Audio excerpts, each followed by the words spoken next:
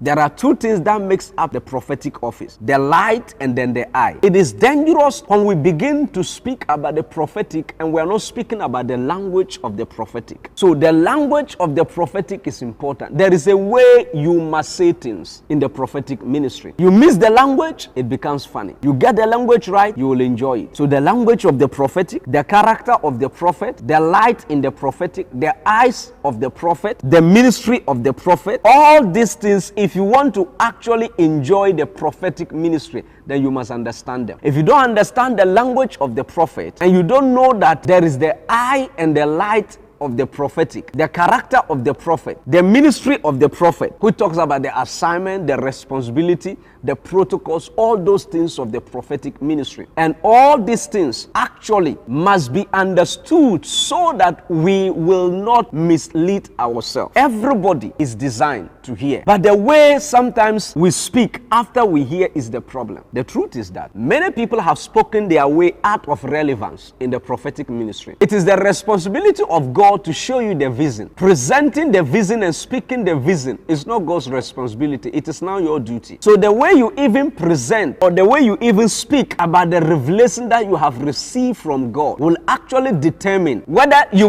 will flow with people or not. There are people that have problems with the society, not because they are fake. It is just their language. You are not speaking because you want to be loved, but there is also a language that governs the prophetic office that must be spoken if you are a prophet and if you want to walk in it for long. My interest is lasting in the prophetic office because many have risen and we cannot find them again. We have received great prophets like never before. Sir, you are not the first prophet who is yet to be born, and you are not the first person who is yet to be called as a prophet. There are many prophets that have been called long before you were born, that walk in the ministry genuinely and with some depth that you can never think of, but they are no more. Some of them are alive, but they can no longer access the voice of God because of one or two reasons. So if you do not take time, it is not just about starting, it's about starting and finishing. And you must start and stay there. Be relevant until you are no more. So the language of the prophet matters. The character of the prophet matters. And the character is even one of the most important things as well. To enjoy the prophetic ministry, the prophet must be conscious of his character. You know, there are many people who say we don't care, and me, I don't care. I don't care what people will say.